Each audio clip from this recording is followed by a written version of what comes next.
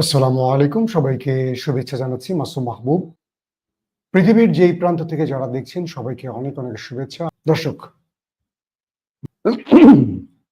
আজকের লাইভ সেশনটা আপনাদের জন্য খুবই গুরুত্বপূর্ণ, কারণ স্পেশালি এই লাইভে আমি আপনাদেরকে আজকে এমন কিছু তথ্য দিতে চাই যে তথ্যগুলো আপনাদের জন্য খুব গুরুত্বপূর্ণ। পুরো পৃথিবীতে মুসলিম রাষ্ট্রগুলো এক ভয়াবহ সংকটে পড়েছে এবং এই সংকট থেকে মুসলিম রাষ্ট্রগুলোকে উত্তরণের আপাতত সহজ কোনো পথ আমাদের রাজা, বাদশাহ, আমির, ওমরা, প্রেসিডেন্ট, প্রধানমন্ত্রীদের চোখে পড়ছে না। পুরো পৃথিবীতে এই মুহূর্তে সবচেয়ে বড় সংকটকাল পার করছে মুসলিম দেশগুলো। তার মধ্যে বাংলাদেশ, পাকিস্তান, তুরস্ক, সিরিয়া, ইরান, মালয়েশিয়া সহ আরো অনেক দেশ রয়েছে। একদিকে মুসলিম দেশগুলোতে কৃত্রিম অর্থনৈতিক সংকট, রাজনৈতিক অস্থিরতা, সামাজিক বিভেদ এবং বিভিন্ন রকম সহিংস ঘটনার মধ্য দিয়ে এই দেশগুলোকে উত্তপ্ত করে সেখান থেকে ফায়দা লুটতে চাইছে বিশ্বমোড়ল এবং তাদের তাবেদাররা। প্রথমে যদি আমি ইরানকে দিয়ে বলতে চাই, ইরান তার দেশের ভেতরে যে সরকার প্রতিষ্ঠিত আছে, শিয়া সুন্নি দ্বন্দ্বের বাইরেও এই সরকারের বিরুদ্ধে রাজা, মানে যিনি এই মুহূর্তে দেশটির প্রেসিডেন্ট আছেন, তার চেয়ে উপরে আমরা যাকে হয়তোবা আমরা অন্য ভাষায় বলি রাজা, কিন্তু তারা বলে তাদের সর্বোচ্চ ধর্মীয় নেতা আয়াতুল্লাহ আলী খামিনি, তিনি সবচেয়ে বড় সংকটকাল পার করছেন। রেজা পাহলেভি তার 50,000 অনুগত ব্যক্তিদের মাধ্যমে ইরানের রেজিম চেঞ্জ ঘটাতে ইসরায়েল এবং আমেরিকাকে সহযোগিতা করছে। পাশাপাশি বিভিন্ন ধর্ম, মত, আদর্শের ব্যক্তিরা রয়েছে যারা ইরানের রেজিম চেঞ্জ ঘটাতে ইসরায়েলকে সরাসরি সহযোগিতা করছে। যদি ইরানের সংকটটা আমরা খুব সহজ করে অল্প ভাষায় বোঝাতে চাই, সেটা হলো ইরানে ইসলামিক যে সরকার রয়েছে, মানে বিপ্লবের মাধ্যমে যে সরকার অধিষ্ঠিত হয়েছে, সেই সরকারকে হটানোর জন্য আমেরিকা এবং ইসরায়েল একাট্টা হয়ে কাজ করছে, সঙ্গে পশ্চিমা দুনিয়া রয়েছে। এবং দেখা যাচ্ছে যাদের বিরুদ্ধে ইরান বিপ্লব করেছে, ইসলামী বিপ্লব ঘটিয়েছে, সেই পরাজিত শক্তি ইসরায়েলের পাপেট হয়ে এখন কাজ করছে। যখন ইরানের বিরুদ্ধে ইসরায়েল যুদ্ধে পারল না, উল্টো ইরান তাদের ব্যাপক ক্ষতি করেছে, তখন তারা একটা পথ বেছে নিয়েছে, সেটা কি গুপ্ত হত্যা এবং আত্মঘাতী অ্যাটাক। আমরা পৃথিবীতে জঙ্গি বলতে মুসলিমদের বুঝি, আইএস বলি বা আরো যতগুলো জঙ্গি সংগঠনের নাম আছে, এদের সবাইকে আমরা কল্পনা করি মুসলিম অবয়বে, মুসলিম নামে, মুসলিম চেহারা, কিন্তু নেপথ্যে এদেরকে তৈরি করে পশ্চিমা দুনিয়া তাদের স্বার্থে। যখন কোনো একটি দেশে অ্যাটাক করতে হবে পশ্চিমা দুনিয়ার, তখন সেখানে কোনো না কোনো ভাবে আইএস ঢুকে যাবে, এবং আইএস ঢুকে যাবে আমেরিকা, ইসরায়েল বা পশ্চিমা দুনিয়া আইএস নিধনে সেই দেশে ঢুকবে এবং সেই দেশের সম্পদ, সেটা প্রাকৃতিক সম্পদ হোক, সেটা খনিজ সম্পদ হোক, সেটাকে লুট করবে। আপনি তাকিয়ে দেখেন যে দেশগুলোতে প্রাকৃতিক সম্পদে ভরপুর, কেবল সেই দেশগুলোতেই এই আইএস এর মতো ঘটনা ঘটে, আর সেই দেশগুলোতে আমেরিকা তার বন্ধু বান্ধব ঢুকে পড়ে। ভালো করে খেয়াল করবেন, যে দেশে সম্পদ নেই, পুরো আফ্রিকা তাদের কবজায়, France colony, British colony, American colony তৈরি হয়েছে, এবং তারা তাদের সম্পদ, স্বর্ণ, লোহা, বিভিন্ন দামি খনিজ লুটে নিয়ে গেছে।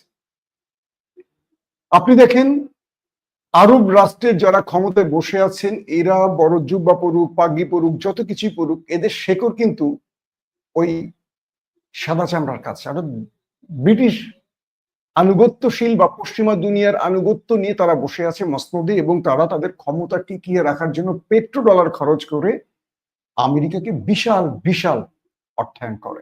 সাম্প্রতিক $3.5 ট্রিলিয়ন মার্কিন ডলারের চুক্তি করেছে সৌদি আরব, আরব আমিরাত, কাতার। কেন? এই চুক্তিটি হলো তাদেরকে বাঁচিয়ে রাখতে হবে, তাদের এই রাজতন্ত্র বাঁচিয়ে রাখতে হবে। তো ইরানকে এই বশ্যতা স্বীকার করাতে পারছিল না আমেরিকা, ইসরায়েল এবং তার বন্ধুরা। রেজা শাহ পাহলেভি তো তাদেরই মানে মার্কিন দালাল ছিল, এবং ইসরায়েলকে স্বীকৃতি দেওয়া দুটো মুসলিম দেশের মধ্যে এই রেজা শাহ পাহলেভি এবং কামাল আতাতুর্কের তুরস্ক, এই দুটো দেশই নাম লিখিয়েছিল সবার আগে। ভালো করে খেয়াল করবেন, ইরানকে ধ্বংস করে দেওয়ার জন্য তারা ইরানের উপর যুদ্ধ চাপিয়ে দিয়েছে। কোন অজুহাতে? ইরান নিউক্লিয়ার বোমা বানাচ্ছে। সাদ্দামকে ক্ষমতা থেকে সরানোর জন্য ইরাকের কি বলছে যে সাদ্দাম রাসায়নিক বোমা বানাচ্ছে, এটা বানাচ্ছে, সেটা বানাচ্ছে। এই বিষয়টি তার ঘাড়ে তুলে দিয়ে সাদ্দামকে শেষ করে দিল। ইরাক ধ্বংস হয়ে গেল, ইরানের সম্পদ লুটে নিয়ে গেল তারা। আফগানকে ধ্বংস করতে এসে 20 বছর আফগানের লক্ষ লক্ষ মানুষকে মারল, মুসলিমকে মারল। শেষ পর্যন্ত 20 বছর পর তারা পালিয়ে গেল। তারা সিরিয়াকে ধ্বংস করে পিকেকের মাধ্যমে সিরিয়ার তেল চুরি করলো, আরো আদার্স সম্পদ চুরি করলো। এভাবেই তারা মুসলিম দেশগুলোতে আসে, বিভিন্ন অজুহাত তুলে দেয়। সিরিয়াতে কে ঢুকেছে? আইএস। এরকম আইএস নাম দিয়ে তারা অনেক মানুষকে মেরেছে, অনেক মুসলিম রাষ্ট্রকে জঙ্গি সন্ত্রাসী তকমা দিয়ে শেষ করে দিয়েছে। এবার ইরান যেহেতু খুব পরিকল্পিত, গোছানো, এবং ইরানে যেহেতু আয়াতুল্লাহ আলী খামেনি তার রাষ্ট্র ব্যবস্থার মধ্যে এমন একটি স্প্রেড তৈরি করে রেখেছেন, এখানে কিছু করতে পারছেন। এবং যারা ভিন্ন মতের, ইরানের বর্তমান শাসক গোষ্ঠীর বিরুদ্ধে যে জাতিগোষ্ঠী, তাদেরকে আমেরিকা বারবার খেপিয়ে তোলে। দেখবেন যে মাঝে মাঝে ইরানে ব্যাপক আন্দোলন হয়, অনেক মানুষ মারা যায়। এগুলো পশ্চিমারা করে ইরানের এই শাসন ব্যবস্থা ভেঙে আরেকটি রেজা শাহ পাহলভির মতো একটা নাস্তিক বা সেকুলার রাষ্ট্র তৈরি করার জন্য। তো ইরানে তারা 12 দিনের যুদ্ধে পরাজিত হয়ে গেল। ইরান যে থাপ্পড়টা মেরেছে দখলদার দেশটিকে, এটা নিতে পারছিল না। এখন তারা বুঝতে পারছে যে ইরানের সাথে যুদ্ধে আর পারবে না। কি করতে হবে? তখন ইরানের মধ্যে এই বিশ্বাসঘাতকদের বিভিন্নভাবে তৈরি করে ইরানের বিরুদ্ধে তারা তাদেরকে অস্ত্র হিসেবে দাঁড় করাচ্ছে। ভারতের একটা জনগোষ্ঠী যারা মোসাদ এবং রয়ের হয়ে কাজ করছে, আবার ইরানের একটা জনগোষ্ঠী যারা অর্থ, ক্ষমতা বা তাদের জীবনের হুমকি বা থ্রেটের কারণে তারা ওই দেশটির হয়ে কাজ করছে, অর্থাৎ ইসরায়েলের। আজকে ইরানে সেভাবেই তারা এই আক্রমণটি করেছে। ইরান সরাসরি অভিযান শুরু করেছে। এখন প্রশ্ন হলো, পুরো ইরানকে যদি তারা একটা জঙ্গি বা সন্ত্রাসী রাষ্ট্র বানাতে চায়, তারা পারবে। কারণ কি? এত হিউজ ইরানে ভিন্ন মতের লোক আছে, এদেরকে নামিয়ে দিয়ে এখন ইরানের মধ্যে প্রায়শই এই কাজগুলো করবে তারা। আজকে দেখলাম আদালতে সে কাজটি তারা করেছে। যদিও ইরানের নিরাপত্তা বাহিনী সঙ্গে সঙ্গে 3 ওই এজেন্টকে হত্যা করেছে এবং দ্রুত সেটাকে কভার করেছে। এখন ইরানের রেজিম চেঞ্জের জন্য আরেকটা যুদ্ধের পরিকল্পনা তৈরি করছে দখলদার দেশ এবং তার বড় ভাই বিশ্বমডল। তাদের টার্গেট কোনো না কোনো ছুতোয়, সেটা নিউক্লিয়ার ছুতো হোক, যে কোনো ছুতোই হোক, এটা করবে। তবে সবচেয়ে বড় থ্রেটে আছে আলী খামেনি। তাকে হত্যার জন্য দখলদার দেশটির এজেন্টদের বিশাল বিশাল বাজেটে নিয়োগ দেওয়া হয়েছে, এবং আয়াতুল্লাহ আলী খামেনিকে হত্যার জন্য এখন সবচেয়ে বড় মাস্টার প্ল্যানে কাজ করছে সেই দখলদার দেশটি এবং তার গোয়েন্দা বাহিনী। আয়াতুল্লাহ আলী খামেনি সর্বোচ্চ নিরাপদ অবস্থানে আছেন বা নিরাপত্তার মধ্যে তাকে রাখা হয়েছে, কারণ তার মৃত্যুর মধ্য দিয়ে রাজনৈতিক সংকট তৈরি হবে ইরানে, এটি ধারণা করছে তারা। এখন সবচেয়ে বড় জীবনের থ্রেটে আছেন আলী খামেনি, অর্থাৎ আয়াতুল্লাহ আলী খামেনি। গেল ইরানের বিষয়টি। আসেন সিরিয়ার দিকে। সিরিয়াতে বাশার আল আসাদকে সরানোর পর রাষ্ট্রীয় ক্ষমতা বসছে অন্তর্বর্তীকালীন সরকার আহমেদ আল শারার। যখনই তিনি ক্ষমতায় বসতে যাচ্ছেন, মানে আসাদ পালালো, তারপরই ব্যাপক বোম্বিং করে পুরো সিরিয়ার মিলিটারি সিস্টেম গুলোকে ধ্বংস করে ফেললো দখলদার দেশটি। মানে সিরিয়ার যে মিলিটারি পজিশন গুলো ছিল, মিলিটারি পজিশন শুধু না, তাদের যে অস্ত্র কারখানা, তাদের অস্ত্রের স্টোরেজ সব ধ্বংস করে ফেলছে মোটামুটি। তারপরেও জোলানি বাহিনী যেহেতু একটা লম্বা যুদ্ধের শেষে তারা একটা বিপদগ্রস্ত টাইম, তারা তখন দখলদারদের সাথে যুদ্ধ করে পারবে না, তারা ধৈর্যের সাথে মোকাবেলা করছে তুরস্কের সহযোগিতা নিয়ে, এবং সৌদি আরব এখানে সহযোগিতা দিয়ে মোটামুটি তাদেরকে একটা সাপোর্ট দিয়ে ইউরোপীয় ইউনিয়নের সাথে বসিয়ে অর্থনৈতিক সংকট কাটিয়ে সিরিয়াকে তৈরির চেষ্টা করছে। তখনই দেখেন দ্রুজ আরব বেদুইনদের মধ্যে সংঘর্ষ লাগিয়ে দিয়ে সিরিয়াকে আবার উত্তপ্ত করছে, কারণ এখানে একটা বাফার জোন তৈরি করতে চায় ইসরায়েল, এবং সিরিয়াকে কোনোভাবে শান্ত থাকতে দেবে না এই দেশটি। যখনই সিরিয়া কোনো সঠিক কাজে এগোবে তখনই সেখানে হঠাৎ করে আকাশ থেকে যুদ্ধ বিমান এসে সেখানে অ্যাটাক করবে। আহমেদ আল সারাকে হত্যার জন্য 3 থেকে 4 বার চেষ্টা করেছে, 3 বারই তুরস্কের গোয়েন্দারা তাকে সেভ করেছে, বিভিন্নভাবে তার পজিশন চেঞ্জ করে তথ্য পাওয়ার সঙ্গে সঙ্গে তাকে সরিয়ে ফেলেছে। কখনো একটা রুটে তিনি গেলে আক্রমণ করবে, আরেকটা রুটে নিয়ে গেছে, দেখা গেছে ওই রুটে আক্রমণ করে বসছে ইসরায়েল। তো এভাবে প্রতিনিয়ত সিরিয়ার রাষ্ট্রপ্রধান মৃত্যু আশঙ্কায় দিন কাটাচ্ছে। আসেন লেবানন, পুরো লেবাননটাকে শেষ করে ফেলেছে, ইচ্ছে মতো এখন লেবাননে আক্রমণ করে। হিজবুল্লাহ দুর্বল হয়ে গেছে, এবং হিজবুল্লাহ দুর্বল হওয়ার পর পুরো লেবাননের মতো ইচ্ছে মতো খেয়াল খুশি মতো তারা প্রতিদিনই এখন আক্রমণ করছে, কিন্তু হিজবুল্লাহ জবাব দিতে পারছে না। আসেন আপনি মালয়েশিয়ার দিকে। মালয়েশিয়াতে আজকেও বিশাল বিক্ষোভ হয়েছে আনোয়ার ইব্রাহিমের বিরুদ্ধে, কারণ তিনি ইসলামিক সরকার অর্থাৎ ইসলামিক মাইন্ডের বা ইসলামী মতাদর্শের ব্যক্তি আনোয়ার ইব্রাহিম। এখন তাকে ক্ষমতা থেকে সরাতে কৃত্রিম অর্থনৈতিক সংকট তৈরি করা হয়েছে। যেহেতু পৃথিবীর প্রতিটি দেশ তার অর্থনৈতিক কাঠামো বিশ্ব বাজারের সাথে সম্পৃক্ত, একটা কোলাবোরেশন করে চলছে, এগুলো পশ্চিমা দুনিয়া পারে। দেখেন আনোয়ার ইব্রাহিমের বিরুদ্ধে তার দেশের হাজারো মানুষ রাস্তায় নেমেছে, কারণ তারা চাইছে একটা পশ্চিমা ঘেঁষা প্রধানমন্ত্রী, ইসলামিক প্রধানমন্ত্রী তারা সহ্য করবে না। কারণ আনোয়ার ইব্রাহিম ভেতরে গোপনে ফিলিস্তিনের ব্যাপারে খুব শক্ত কিছু সিদ্ধান্ত নিয়েছেন, এটা পশ্চিমা দুনিয়ার কাছে লিক হয়ে গেছে। এখন এই মালয়েশিয়াকে উত্তপ্ত করছে, রাজনৈতিক অস্থিরতা তৈরি করে রেজিম চেঞ্জ ঘটাবার চেষ্টা করছে। মাত্র 3.5 বছর হলো আনোয়ার ইব্রাহিমের সরকারের মেয়াদ। এবার আসেন তুরস্কে। তুরস্কে দেখবেন মাঝে মাঝে হঠাৎ করে বড় বড় আন্দোলন তৈরি হয় নিছক কোনো ঘটনায়। মাঝখানে দেখলাম ইস্তানবুলের মেয়র বিশাল পরিকল্পনা করে মাঠে নেমেছিলেন।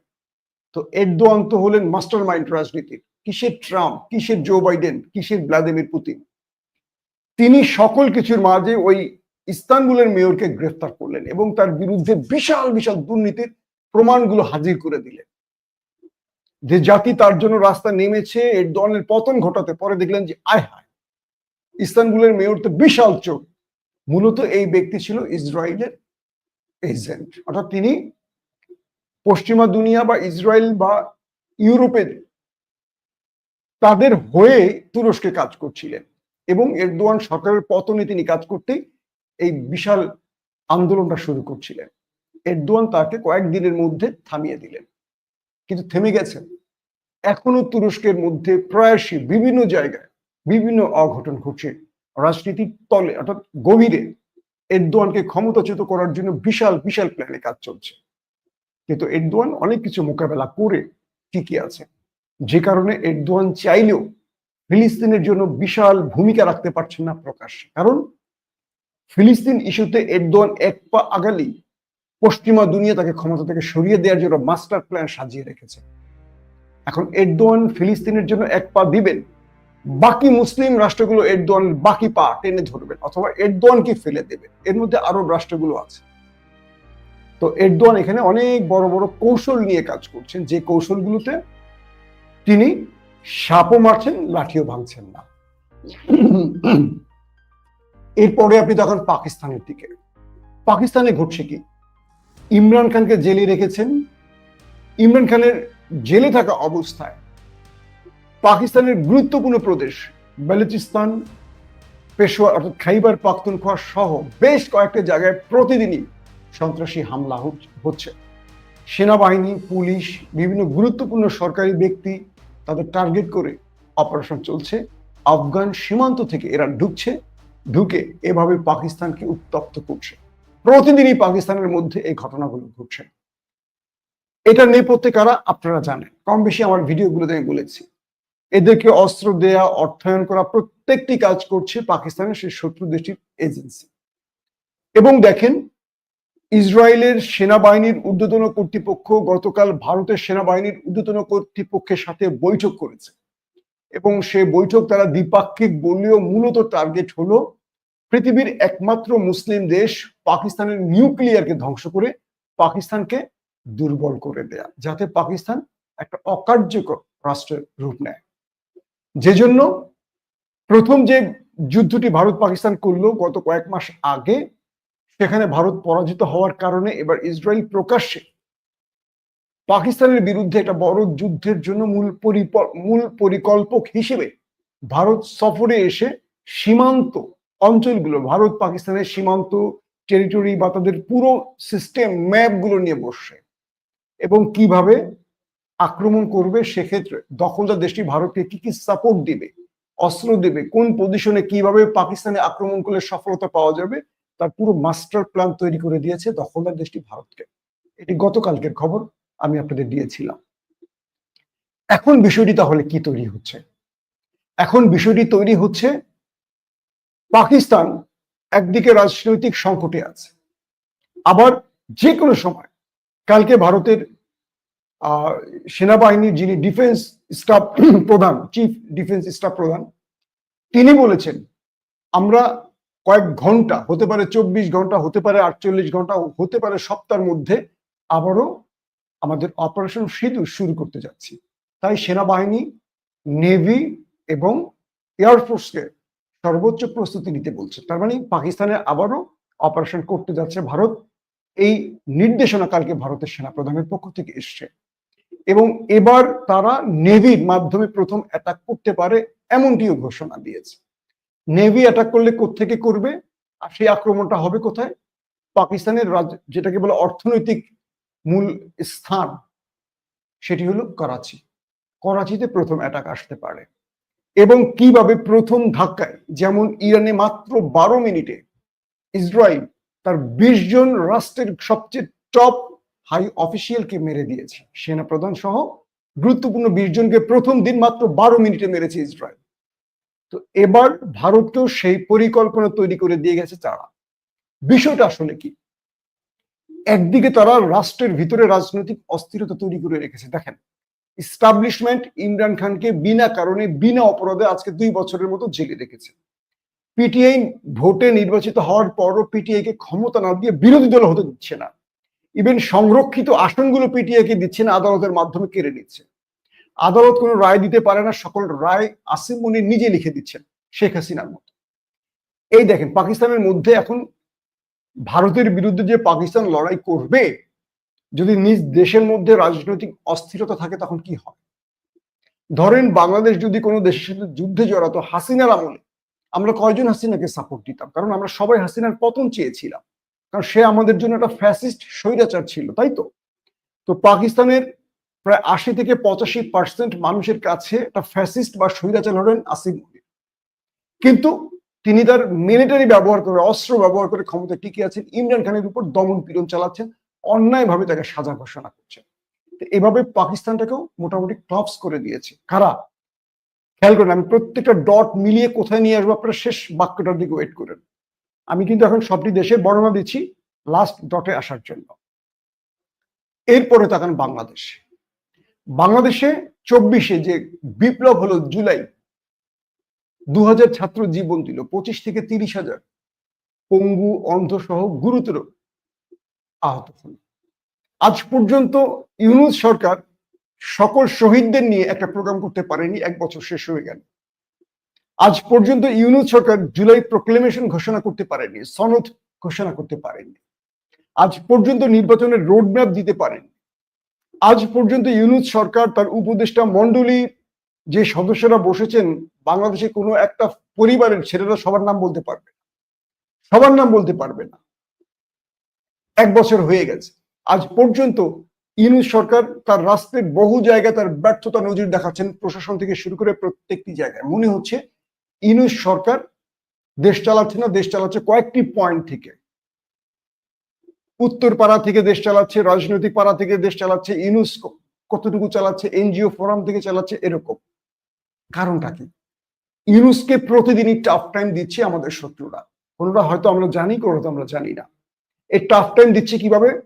ভারত দেশে এসে কলার চেপে ধরছে না, ভারত বাংলাদেশের মূল ধারার কিছু রাজনীতিকে কন্ট্রোল করছে, সেনাবাহিনীকে কন্ট্রোল করছেন, ডিজিএফআই কে কন্ট্রোল করছেন, এরকম অনেককে কন্ট্রোল করছেন। দেখেন গোপালগঞ্জে কি হলো, মাইলস্টোনে কি হলো, হঠাৎ করে সচিবালয়ের মধ্যে ঢুকে কি হলো। প্রতিদিনই এই টাফ টাইম গুলো দেওয়া হচ্ছে ইউনূস সরকারকে, যাতে সে দেশকে স্থিতিশীল করার জন্য কোনো নির্দিষ্ট ফোকাসে এগোতে না পারে। প্রত্যেকটি অবস্থার দিকে তাকান, বাংলাদেশের মানুষ ইউনূস সরকারের উপর ভরসা রাখছে, আবার রাখতে পারছে না। মানুষ খুশি, আবার অখুশি। ইউনূস সরকারের ব্যর্থতার জন্য ভেতরে বসে আছে কারা? অনেক উপদেষ্টা যারা আমাদের শত্রু রাষ্ট্রের প্রেসক্রিপশনে চলছে। তো সবকিছু মিলে আপনি কি বুঝলেন? এই যেই কটা মুসলিম দেশের কথা বলছি, এই প্রত্যেকটা মুসলিম দেশের নেপথ্যে আমেরিকা, ইসরায়েল এবং ভারত তার কলকাঠি নাড়ছে। খেয়াল করে দেখেন, এই তিনটি মূল শত্রুপক্ষ এই দেশগুলোর মধ্যে রাজনৈতিক অস্থিরতা, সামাজিক বিভেদ, অর্থনৈতিক সংকট তৈরি করে রেখেছে। একটা দেশে যদি রাজনৈতিক অস্থিরতা থাকে, একটা দেশে ধর্মীয় বিভেদ থাকে, সামাজিক বিভেদ থাকে, অর্থনৈতিক সংকট থাকে, সেই দেশ দাঁড়াতে পারে? কখনো পারে না। আরবের দেশগুলোর মধ্যে দেখেন, তারা মাসোহারা দিয়ে পশ্চিমাদেরকে টিকে আছে, বাকি কোনো দেশ ঠিক মতো চলতে পারছে না। মুসলমানদেরকে অর্থনৈতিক সংকটে ফিরিয়ে রাখা হয় সবসময়। ইরানের উপর শত শত স্যাংশন, তুরস্ককে স্যাংশন দিয়ে দুর্বল করে রাখা হয়। বাংলাদেশকে রাজনৈতিক অস্থিরতা তৈরি করে এই দেশের রাজনীতিবিদদের মাধ্যমে সকল অর্থ লোপাট করে বিদেশি ব্যাংকে জমা করে তারা হয় কোটিপতি, আমরা হই গরিব। ক্লিয়ার বুঝতে পারছেন? সংক্ষেপে বলি, ইমরান খান তার জাতিসংঘের ভাষণে বলেছিলেন যে আজকে পশ্চিমা দুনিয়া, তারা ফার্স্ট ওয়ার্ল্ড কান্ট্রি, তারা অনেক বড়, নিজেকে মানে রাষ্ট্রের বা পৃথিবীতে সবচেয়ে সম্মানিত মনে করছে, ধনী এলিট মনে করে। আর বাংলাদেশ, ভারত, পাকিস্তান এদেরকে মনে করে এটা থার্ড ওয়ার্ল্ড কান্ট্রি। কারণ কি জানেন? এই ভারত বলেন, পাকিস্তান বলেন, বাংলাদেশ বলেন, এই দেশগুলোর রাজনীতিবিদরা রাজনীতির নাম করে হাজার হাজার মিলিয়ন বিলিয়ন ডলার চুরি করে, টাকা চুরি করে এরা সুইস ব্যাংকে, আমেরিকার ব্যাংকে, কানাডার ব্যাংকে, অস্ট্রেলিয়ার ব্যাংকে, ইংল্যান্ডের ব্যাংকে, মালয়েশিয়ার কিছু কিছু রাখে, এরা গিয়ে জমা করে। বেগমপাড়া বানায়, সুইস ব্যাংক ভরে ফেলে। আওয়ামী লীগ তার গত 15 বছরে 25-26 লক্ষ, খেয়াল করেন, 25 থেকে 26 লক্ষ, প্রায় 56,000 কোটি টাকা লোপাট করেছে, বাংলাদেশের বাজেটের 5 গুণ। এই টাকাগুলো আমাদের দেশে থাকলে আমাদের দেশ কোন দেশের চেয়ে পিছিয়ে থাকতো বলেন? তো এই যে আমেরিকা বা ইসরায়েল বা ভারত যাদের কথা বলছি, যারা ওয়ার্ল্ড ইস্টাবলিশমেন্টের অংশ, তারা এই ভারতের মধ্যে, ভারত চুরি করলেও তারা আবার বড় রাষ্ট্র হিসেবে আমাদেরকে কন্ট্রোল করতে চায়। ভারত, নেপাল, শ্রীলঙ্কা, মালয়েশিয়া, মালদ্বীপ, এগুলো তারা একটা কন্ট্রোলের থাকে তাদের। কিন্তু ওয়ার্ল্ড ওয়াইড হিসেব করে দেখবেন, এই দরিদ্র রাষ্ট্রগুলো টাকা, পাকিস্তানের কথা বলেন, বাংলাদেশের কথা বলেন, এই দেশগুলো অর্থনৈতিক কারণে পিছিয়ে আছে কেন? আমাদের টাকাগুলো চলে যাচ্ছে কোথায়? ওই ধনী দেশের ব্যাংকে। ওদের ব্যাংকে চলে যাওয়ার কারণে ওরা ধনী থাকে, আর আমরা গরিব হচ্ছে। আমাদের যারা আগামীতে ক্ষমতায় আসবেন বা বিগত সময় যারা ক্ষমতায় আছেন, তাদের প্রত্যেকের হিসেব চেক করে দেখেন, রাজনীতিতে এসছে জুতো পায়ে দিয়ে, সেরা জুতো পায়ে দিয়ে। এরা হাজার হাজার কোটি টাকার মালিক। এরা জানি না এদের কত টাকা। বাংলাদেশের যিনি একবারের জন্য কখনো এমপি হয়েছেন, তার যে কত টাকা সেই জানে না। তাহলে এই দেশগুলো দরিদ্র থাকবে। তো এরা করে কি? এই দেশে অর্থনৈতিক সংকট তৈরি করে, ধর্মীয় সংকট তৈরি করে, সামাজিক বিভেদ। আমাদের মধ্যে দেখবেন জামাত, চরমোনাই, ইসলামী শাসনতন্ত্র, হেফাজত, বিএনপি, জামাত, এই যে আমাদের মধ্যে যে বিভেদগুলো তৈরি করে, এরাই তৈরি করে রাখে। এরা তৈরি করে দিয়ে আমাদের মধ্যে আগুন জ্বালিয়ে রাখে, যাতে আমরা একভাবে এক জায়গায় বসে সিদ্ধান্ত নিতে না পারি, আমরা এক হতে না পারি। যারাই এক হয় তারাই তো বিজয়ী হয়। আওয়ামী লীগ বিএনপি বিভেদ তৈরি করে রাখে, ইসলামী দলগুলোর সাথে বাকি ইসলামী দলগুলোর বিভেদ তৈরি করে রাখে। পাকিস্তানে দেখেন ইমরান খানকে সেনাবাহিনী চায় না, কারণ সেনাবাহিনী পাকিস্তানের ইস্টাবলিশমেন্ট চলে কার? ওয়ার্ল্ড ইস্টাবলিশমেন্টের প্ল্যানে। ওয়ার্ল্ড ইস্টাবলিশমেন্ট নিয়ন্ত্রণ, মানে ওয়ার্ল্ড ইস্টাবলিশমেন্ট কাদেরকে বলি? আমেরিকা ইসরায়েলের পেট্রোনাইজে চলে। তো বিষয়টা হলো এমন একটি জায়গায় আমরা মুসলিম দেশগুলো আজকে আটকে গেছি। প্রত্যেকটা দেশের দিকে তাকান, রাজনৈতিক সংকট আছে। কে ক্ষমতায় আসবে, কি হবে না হবে, বাংলাদেশে আদৌ নির্বাচন হবে কিনা, ভারতে কি হতে, পাকিস্তানে কি হতে যাচ্ছে 5 আগস্টের পর, মালয়েশিয়ায় কি হবে, তুরস্কে কি হবে, সিরিয়ায় কি হবে, ইরানে কি হবে, দেখেন তাকিয়ে প্রত্যেকটা মুসলিম দেশের দিকে তাকান, সংকট আর সংকট। অথচ তাদের দেশের সম্পদের অভাব নেই, তারপরও আমরা পিছিয়ে আছি। তো এই সংকটগুলো তৈরি করে দিয়েছে কারা? ওরা। আর আমরা ওদেরকে নেতা বানাই যারা ওদের ইশারায় চলে। দীর্ঘ 15-16 বছর পর বাংলাদেশ ভারতের রাহুগ্রাস থেকে বেরিয়ে এসছে। আবার দেখেন সেই ভারতের আনুকূল্যে, ভারতের কোলে নিয়ে তোলার ব্যবস্থা করছে কোনো কোনো রাজনৈতিক দল। আর আমরা যেহেতু সেই দলটা করি, যেহেতু সেই দল থেকে একটা পদ পাবো, চাঁদাবাজি লাইসেন্স পাবো, টেম্পু দখল করব, বাস দখল করব, অমুকের দোকান থেকে চাঁদাবাজি করব, এই জন্য সেই দলের সকল অপকর্ম, অন্যায়, রাষ্ট্রবিরোধী চিন্তাকে আমরা লালন করি। আমরা সোশ্যাল মিডিয়াতে, হ্যাঁ আমার দলের বিরুদ্ধে এটা বলছি, হ্যাঁ আমিও অমুকের দলের বিরুদ্ধে বলি, সত্য মিথ্যা যাচাই করি না। কেন? আমরা রাষ্ট্রকে বিক্রি করে দিই কেবল নিজের পকেটের চিন্তা করে। তো এই দেশে যারা ন্যায় বা যারা সঠিক পথে চলবে, যারা সত্য কথা, এই দেশকে যারা এগিয়ে নেবে, রুল অফ ল তৈরি করবে, মানুষের অধিকারের কথা চিন্তা করবে, তারা কখনো ক্ষমতা আসতে পারে না, পারবেও না। কারণ ওই যে বিশ্বমোড়লরা, তাদেরকে ক্ষমতায় বসাবে যাদেরকে দিয়ে লুটপাট করতে পারবে, যাদেরকে চাবি দিয়ে তারা নিয়ন্ত্রণ করতে পারবে। যাদেরকে নিয়ন্ত্রণ করা যাবে না তাদেরকে ক্ষমতায় বসতে দেবে না। এখন আপনাদের সিদ্ধান্তের পালা। বাংলাদেশ কি আমেরিকা ভারতের ইশারায় চলবে, নাকি বাংলাদেশের মানুষের ইশারায় চলবে? এই সিদ্ধান্ত আপনারা নেবেন। প্রত্যেকে ভালো থাকবেন। আল্লাহ হাফেজ।